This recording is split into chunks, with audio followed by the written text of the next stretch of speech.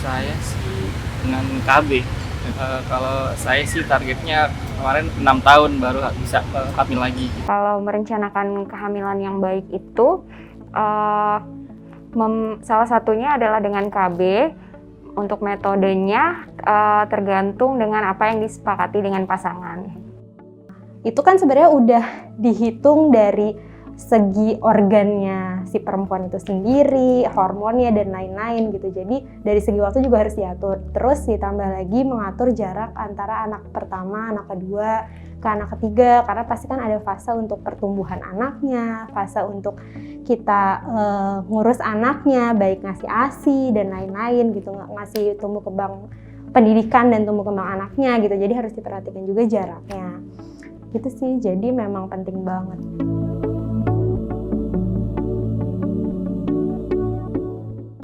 Yang saya tahu jenis-jenisnya itu ada KB alami, kemudian ada yang hormonal seperti suntik, pil, implan, ada juga yang non-hormonal seperti IUD atau spiral, kemudian kondom seperti itu.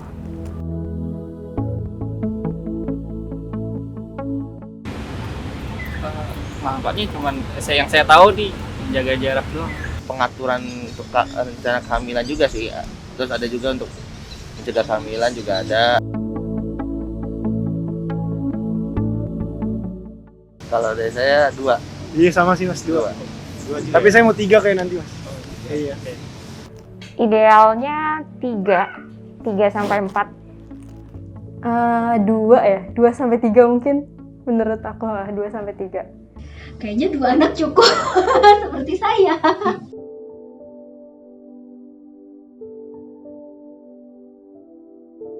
Edukasi ke SMA, perkenalan tentang macam-macam metode kontrasepsi. Itu dari pranikahnya.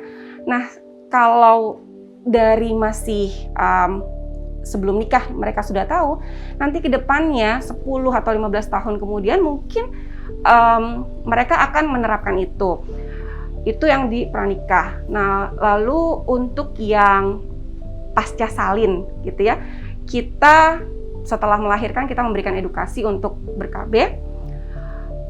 Lebih diutamakan untuk yang MKJP, karena MKJP itu rendah untuk resiko drop out-nya.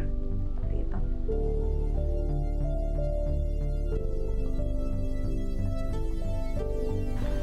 Peningkatan kompetensi bidan itu harus berkompeten dalam melakukan kegawat daruratan gitu ya. Kan penyebab kematian ibu itu kan ada perdarahan, infeksi, dan preeklamsi.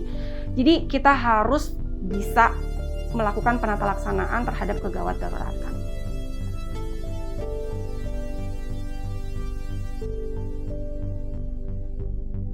Ya, jadi emang seperti kita ketahui bahwa program KB di Indonesia itu kan pasang surut juga gitu ya. Kita pernah mengalami satu kondisi di mana program KB itu menjadi prioritas utama, yaitu lebih kurang pada zaman masa pemerintahan Orde Baru. Ini ke belakang memang saya lihat itu kurang mendapat perhatian seperti sebelumnya.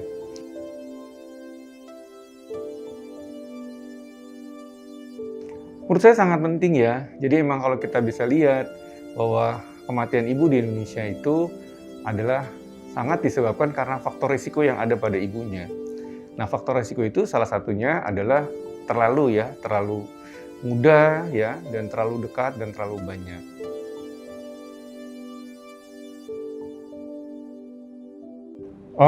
Kalau untuk itu saya rasa sebetulnya semua harus diperkuat. Ya, jadi emang sistem kesehatan nasional kita kan, apalagi kita dihadapkan pada masa pandemi ya. Jadi emang kita punya target ya untuk SDGs kita gitu ya. Kita sudah katakan kita tidak bisa mencapai MDGs kita. Ya, dan kita punya RPJMN untuk mencapai itu. Dan masa pandemi ini itu otomatis juga sangat berpengaruh dengan target tadi. Jadi hal yang penting adalah kita harus berusaha melakukan satu terobosan dan inovasi ya agar target yang emang kita tuju itu bisa tercapai. Karena satu lagi yang menurut saya juga penting, bahwa family planning atau KB itu tidak hanya menjarangkan, tidak hanya misalnya menunda, ya, tetapi adalah yang paling penting adalah itu tujuan akhirnya adalah untuk generasi yang lebih baik.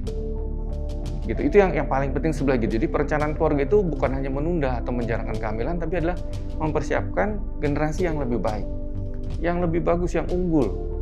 Nah itu sebetulnya kan program kita kan Indonesia Unggul 2041 ya. Jadi itulah sebetulnya yang harus kita lakukan.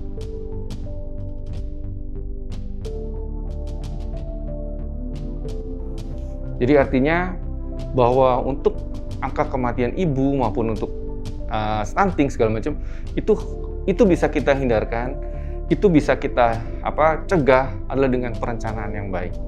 Dan itu adalah salah satunya dengan keluarga berencana. Calon pengantin dia harus tahu misalnya dia punya faktor risiko apa aja. Kalau misalnya dia punya anemia, diobatin dulu misalnya.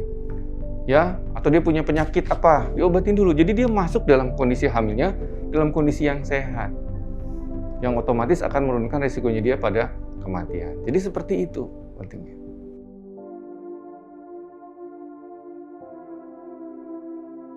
Yang saya harapkan ya sebagai seorang nakes adalah ego sektoral itu dihindarkan. Ya, karena kita punya satu tujuan yang sama, sehingga tidak ada misalnya kemenangan dari satu sektor atau sektor yang lain. Misalnya kalau kita bisa mencegah stunting atau kita bisa menurunkan angka kematian ibu, itu adalah kemenangan kita semua. Situasi kesehatan ibu maternal, bayi baru lahir, dan anak di Indonesia belum memuaskan dan perlu perbaikan. Angka kematian ibu, angka kematian bayi, dan angka anak stunting masih tinggi, jauh lebih tinggi dibanding negara-negara lain dengan tingkat pembangunan sosial ekonomi yang setara. Program kesehatan reproduksi mencegah dan mengatasi ancaman reproduksi dan kehamilan, termasuk kehamilan tidak diinginkan, kehamilan berisiko, infeksi menular seksual, termasuk HIV dan AIDS, infeksi-infeksi lain, dan juga kurang gizi.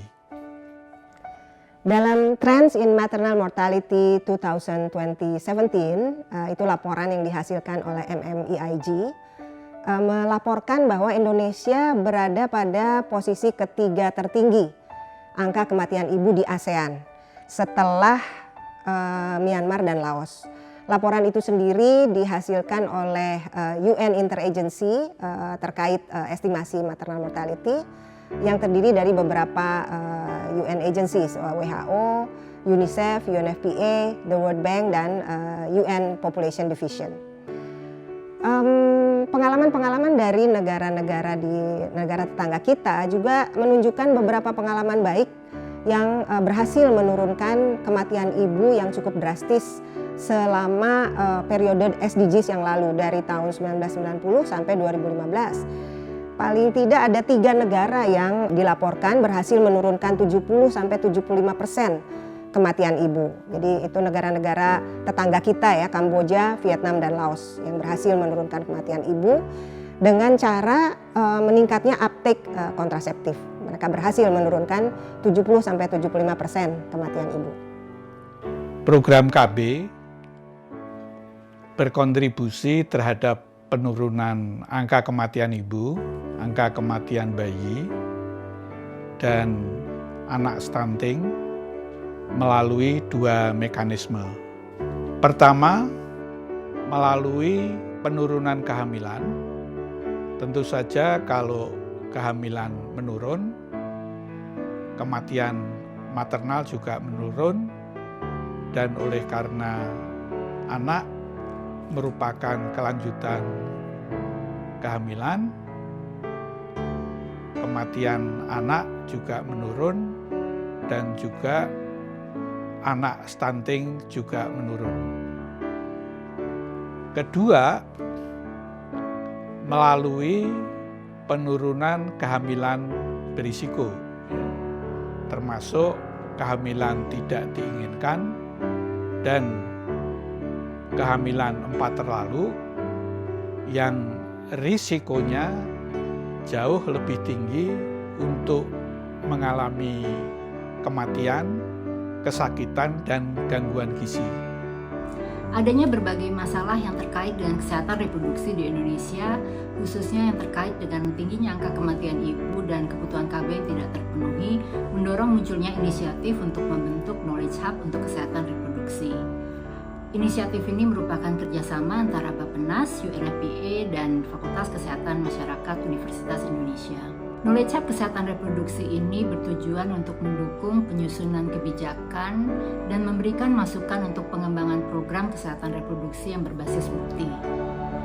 Knowledge Hub Kesehatan Reproduksi ini merupakan suatu forum tukar pikir, tukar pengalaman dan pembelajaran di mana para akademisi, praktisi, dan pembuat kebijakan bisa saling bertukar informasi dan evidence untuk membantu identifikasi masalah dan mencari solusi dalam program kesehatan reproduksi di Indonesia. Di tahun terakhir ini, Knowledge Hub Kesehatan Reproduksi sudah melakukan berbagai studi untuk melihat hubungan antara program KB dengan angka kematian ibu. Selain itu juga meneliti dampak COVID-19 terhadap pelayanan dan program kesehatan reproduksi di Indonesia. Studi kami berjudul The Impact of Family Planning on Maternal Mortality in Indonesia, What Future Contribution Can Be Expected, yang telah dipublikasikan di Journal of Population Health Metrics dengan melakukan analisis program KB dimulai tahun 1970 hingga 2017 di Indonesia, menunjukkan bahwa KB mampu mencegah 524.000 sampai 663.000 kematian ibu atau menurunkan AKI sebesar 38% sampai 43%. Analisis selanjutnya dengan melakukan proyeksi hingga tahun 2030 dengan skenario jika CPR di tahun 2030 mencapai 75% dan unmet need dapat ditekan menjadi 5%, maka reduksi kematian ibu bertambah hingga 29%. Ini setara dengan 125 kematian ibu per 100.000 kelahiran hidup. Akan tetapi, penurunan tersebut masih di atas target SDGs yaitu 70 per 100.000 kelahiran hidup.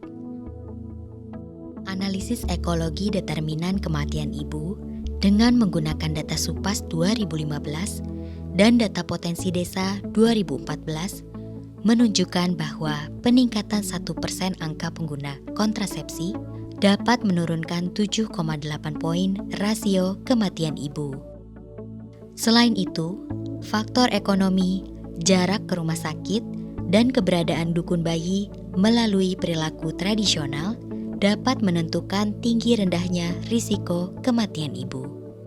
Studi pada perempuan miskin perkotaan menggunakan data SDKI 2012 dan 2017 menunjukkan faktor sosial ekonomi masih menjadi penghambat akses layanan KB dan kesehatan reproduksi meskipun sudah ada JKN. Perempuan dengan status ekonomi rendah yang tinggal di perkotaan memiliki akses terhadap ANC dan pelayanan persalinan yang lebih rendah baik dari segi kuantitas maupun kualitas dibandingkan perempuan dengan status ekonomi lebih tinggi.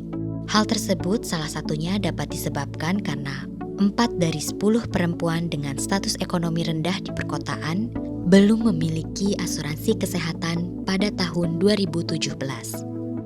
Optimasi program KB dengan fokus meningkatkan demand terhadap KB, meningkatkan penggunaan kontrasepsi, dan terutama menurunkan unmet need keluarga berencana. Program KB masih mengalami tantangan yang berarti. Data SDKI tahun 2017 menunjukkan bahwa hanya 29% calon peserta KB menerima layanan konseling. Selain itu, hanya 25% diantaranya adalah pengguna kontrasepsi jangka panjang. Angka putus pakai juga cenderung masih tinggi. Terdapat 34% pengguna putus pakai dalam waktu kurang dari 12 bulan. Lebih lanjut, masih terdapat 11% perempuan dengan kebutuhan KB belum terpenuhi atau unmet need dengan rentang 6% sampai 36%. Oleh karena itu, mari bersama perkuat program Keluarga Berencana untuk menurunkan angka kematian ibu dan bayi di Indonesia.